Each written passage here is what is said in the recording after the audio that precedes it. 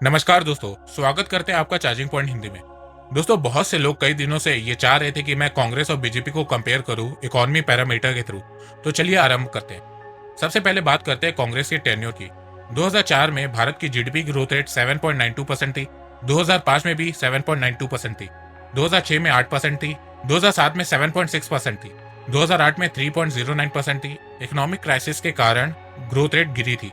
2009 में GDP growth rate recover हुई 7.86% के साथ। 2010 में 8.5%, 2011 में 5.24%, 2012 में 5.4%, 2013 में 6.39% थी जीडीपी ग्रोथ रेट भारत की।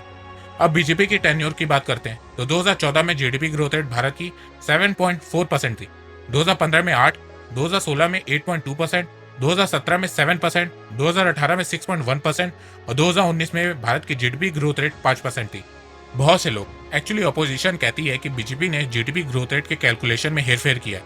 कांग्रेस के टाइम कैलकुलेशन करने का तरीका सही था, पर बीजेपी ने ग्रोथ रेट को बढ़ाने के चक्कर में जीडीपी के कैलकुलेशन करने के तरीके को ही बदल दिया।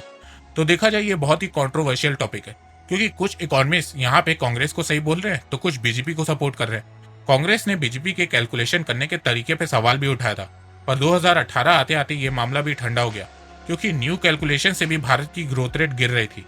तो कांग्रेस ने कैलकुलेशन के तरीके की बात पीछे छोड़ दी और बीजेपी को इकोनॉमी पे टारगेट करने लगी, जिससे अभी तक भारत के लोग कंफ्यूज हैं कि पिछला कैलकुलेशन का तरीका सही था या न्यू कैलकुलेशन वाला तरीका सही है।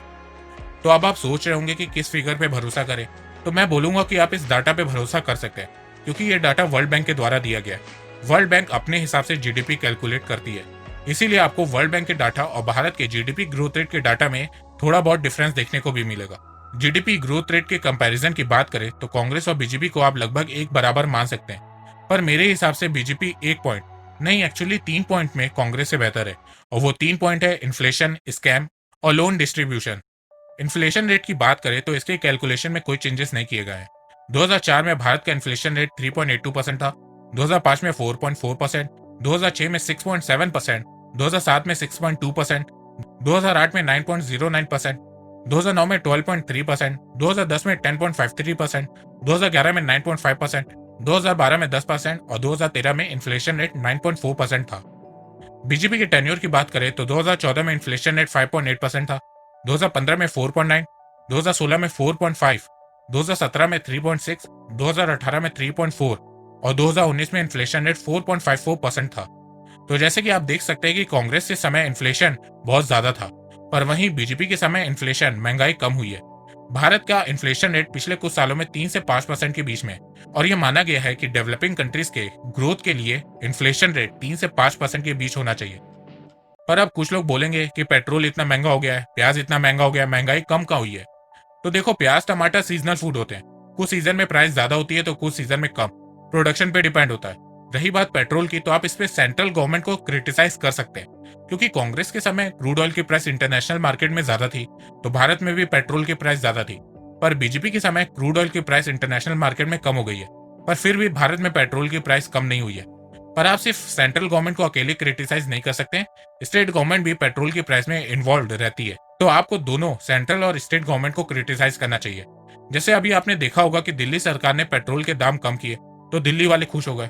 पर शायद उन्हें यह पता नहीं होगा कि दिल्ली सरकार पहले उनसे ज्यादा टैक्स लिया करती थी पेट्रोल डीजल पे, अब कम ले रही है।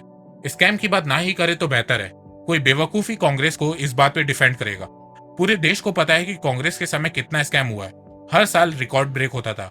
कभी 2G स्कैम, कोल स्कैम, कॉमनवेल्थ गेम स्कैम, ये स्कैम वो स्कैम, ना जाने कितने स्कैम हुए हैं कांग्रेस के टेन्योर में।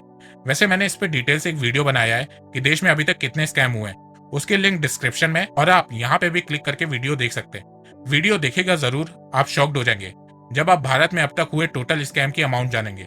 स्कैम के कारण से ही मुझे Manmohan Singh as a prime minister पसंद नहीं है।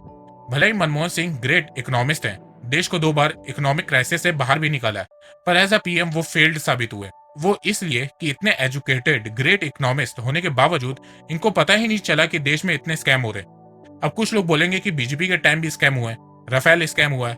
तो मैं आपको बता दूं कि राफेल की डील में कहीं से भी स्कैम प्रूफ नहीं हुआ है। आप खुद ही सोचो, जब कांग्रेस ने पेपर पे राफेल की डील ही नहीं साइन की है, तो उस डील से कंपेयर ही नहीं किया जा सकता है। ये सिर्फ एक प्रोपेगेंडा था कांग्रेस का इलेक्शन के समय, जो लोगों ने खुद ही समझ लिया।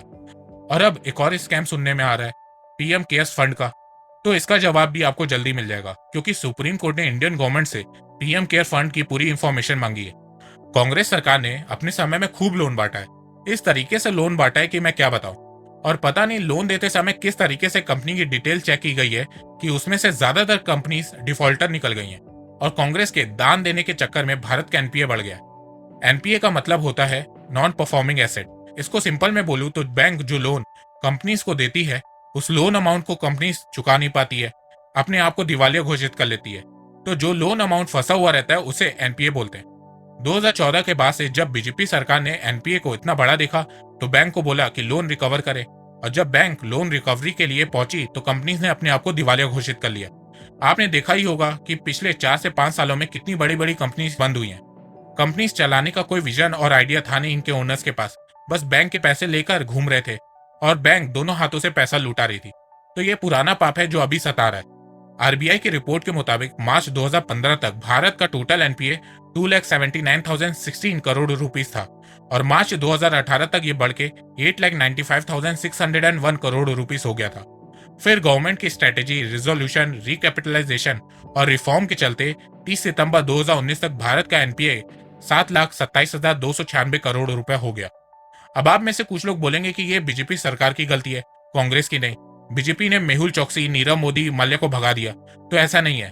ये मैं नहीं बोल रहा हूं, farmer RBI governor Raghuram Rajan ji बोल रहे हैं। सितंबर 2018 में रघुराम राजन जी ने पार्लियामेंट्री पैनल में ये बोला था कि most bad loan from UPA era, banks to blame for NPA crisis. मतलब देश में अभी इस समय जितना भी बैड लोन एनपीए है, उसमें से अधिकतर लोन यूपीए के समय दिया गया था। रघुराम राजन जी ने डेट भी बताई है कि 2006 से 2008 के बीच बहुत से बैड लोन दिए गए थे जो आगे एनपीए बन गए। एनपीए के ज्यादा होने से भारत की अर्थव्यवस्था पे भी असर दिख रहा है, क्योंकि जिन बैंकों ने लोन दिया था उसमें से ज्यादातर बैंक सरकारी बैंक है। तो ये पुरानी गवर्नमेंट की गलतियां थी जिसे अभी सुधारा जा रहा है। आप में से कुछ लोग बोलते हैं कि सरकार के पास इतना पैसा है, इतना टैक्स है, कहाँ जा रहा है? यहीं जा रहा है। देश में सरकारी बैंक ना डूबे इसीलिए उनके एनपीए को कम किया जा रहा है, जिससे बैंकों के ऑपरेशन में कोई दिक्कत ना है। बहुत से लोगों ने मेरी इंफ्रास्ट्रक्चर के कंपैरिजन वाली वीडियो देखी और बोला कि कांग्रेस के समय में इसलिए कम रोड और हाईवे बने थे क्योंकि उस समय उनके पास पैसा नहीं था। तो जरा सोचो कि अगर लोन अमाउंट और स्कैम के पैसों को सही जगह लगाया गया होता तो आज इंफ्रास्ट्रक्चर में कांग्रेस बीजेपी से आगे होती। और अगर कांग्रेस अपने टेन्योर में इन्फ्लेशन, महंगाई को कम करती, स्कैम को होने से रोकती और उठ पटांग लोड न बांटती तो आज इकोनॉमी के मामले में कांग्रेस बीजेपी से आगे होती। पर ये चीजों को कांग्रेस कंट्रोल नहीं कर पाई, इसीलिए लोगों ने बीजेपी को मौका दिया है। ऐसा नहीं है कि बीते 6 सालों में बीजेपी से कोई गलती नहीं हुई है। बीजेपी सरकार की सबसे बड़ी गलती थी डीमोनेटाइजेशन और जीएसटी के बीच का टाइम गैप। डीमोनेटाइजेशन और जीएसटी दोनों बहुत बेस्ट पॉलिसीज हैं, पर यह भारत की अर्थव्यवस्था के लिए डेंजर साबित हो गई। वो इसलिए क्योंकि इन दोनों के बीच का गैप सिर्फ 8 महीने का था।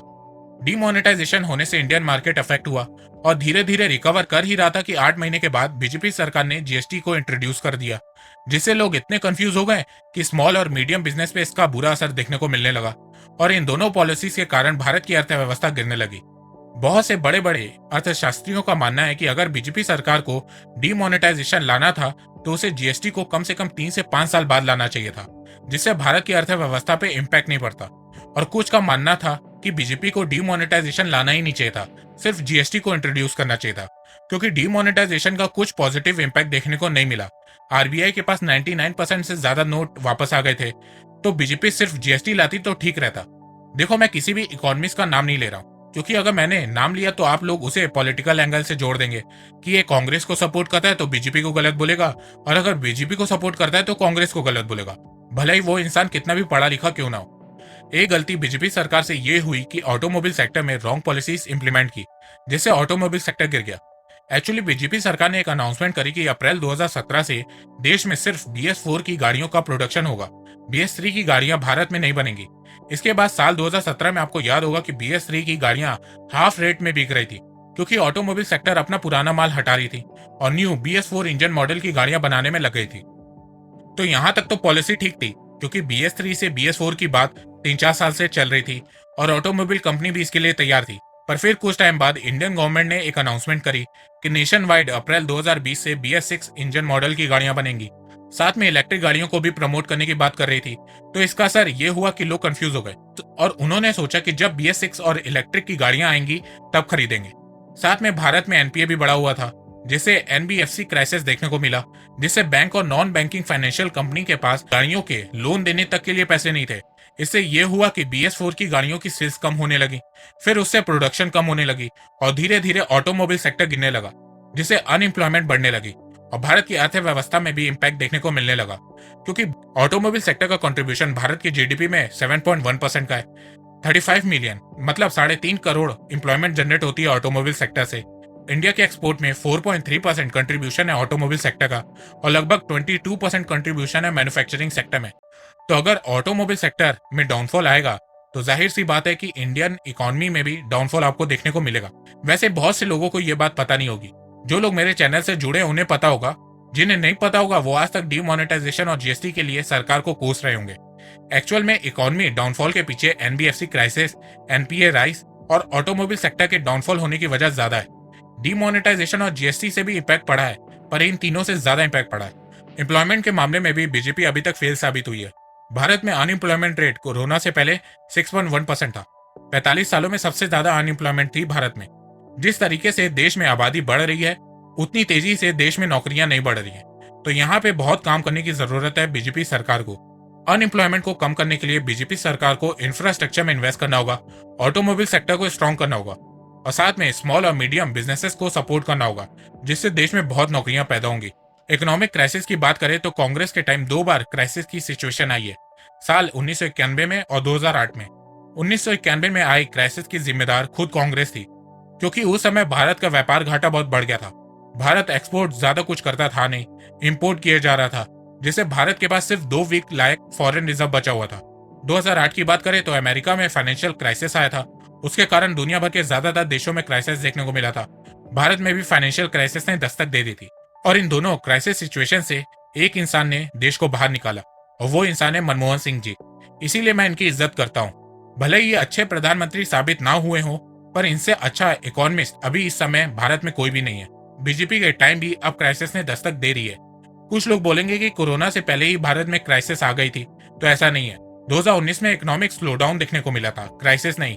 क्राइसिस की सिचुएशन कोरोना के बाद पैदा हुई है, तो देखना है कि बीजेपी सरकार इसे कैसे हैंडल करती है। मेरे हिसाब से बीजेपी सरकार को मनमोहन सिंह जी से बात करनी चाहिए, क्योंकि मनमोहन सिंह जी एक बहुत ही बढ़िया इकोनॉमिस्ट है और इस सिचुएशन में देश को इनके एक्सपीरियंस की बहुत जरूरत है और मनमोहन सिंह जी को भी हेल्प करनी चाहिए, क्योंकि देश तो सबका है। मुझे पता है कि इस वीडियो में मैंने जहां बीजेपी की तारीफ करी होगी वहां कुछ लोग मुझे भक्त बोलेंगे, जहां कांग्रेस की तारीफ कर दी होगी वहां कुछ लोग मुझे चमचा बोलेंगे। कुछ बेवकूफ इंसानों की वीडियो देख के आजकल हम लोग भक्त चमचे में ही फंस के रह गए हैं। लोग हर चीज में पॉलिटिकल एंगल देखने लगे हैं। पॉलिसीज क्या है इस पे तो कोई बात ही नहीं करता है और यही इस समय सबसे बड़ी प्रॉब्लम है लोगों की। लोग समझ ही नहीं पा रहे कि कोई भी सरकार परफेक्ट नहीं होती है। कांग्रेस ने भी अपने टाइम में कुछ अच्छे काम किए थे तो कुछ गलतियां भी हुई थी, वैसे ही बीजेपी भी अपने टाइम में कुछ अच्छा काम करने की कोशिश कर रही है। उसमें से कुछ चीजें सही हो रही हैं तो कुछ गलत हो जा रही हैं। हमें हर चीज को पॉलिटिकल पॉइंट ऑफ व्यू से देखने की जरूरत नहीं है, हमें एजुकेशनल वाइज देखना चाहिए। देखो, क्रिटिसाइज करना जरूरी है और वो आपका राइट है, पर हर चीज पे क्रिटिसाइज करना बेवकूफी होती है। मेरे इतने समझाने, प्रूफ दिखाने, फिगर डाटा दिखाने के बाद भी कुछ लोग इसे नहीं मानेंगे तो मत मानो, मेरा कुछ नहीं जाएगा। पर मैं एक ही बात बोलूंगा कि लड़ने और किसी को गलत बोलने से अच्छा है बातों को समझो और अपने से उसके बारे में पढ़ो। और जिन्होंने मन बना लिया है कि हर जगह सिर्फ पॉलिटिक्स करेंगे तो आप गलत जगह पर आ गए हैं। मेरा ये चैनल पॉलिटिकल नहीं है। यूट्यूब पे बहुत से ऐसे चैनल है जो सिर्फ आपको नेगेटिविटी दिखाने की कोशिश करते हैं, तो आप उन चैनलों को देखिए और खुश रहिए। तो दोस्तों, अगर आपको ये मेरी वीडियो पसंद आई है तो आप इस वीडियो को लाइक कीजिए और अब आप मुझे सपोर्ट भी कर सकते हैं पेट्रियन के थ्रू और यूट्यूब में ज्वाइन बटन के थ्रू। और हाँ, अगर आपको financial market, share market, mutual fund के बारे में जानना है तो मैं आपको 4720 रुपए का कोर्स फ्री में दे सकता हूँ, उसकी लिंक डिस्क्रिप्शन में। एक बात मैं ये कहना चाहता हूँ कि आप जितना मेरी वीडियोस को शेयर करेंगे उतनी ही रीच मेरी बढ़ेगी और उतने ही लोग मेरे से जुड़ेंगे। तो वीडियो को शेयर करना और चैनल को सब्सक्राइब करना बिल्कुल भी मत भूलिएगा। मैं ऐसे ही एजुकेशनल वीडियो लाता रहूंगा आप लोगों के लिए। तो अभी तक के लिए बस इतना ही। धन्यवाद। जय हिंद, जय भारत।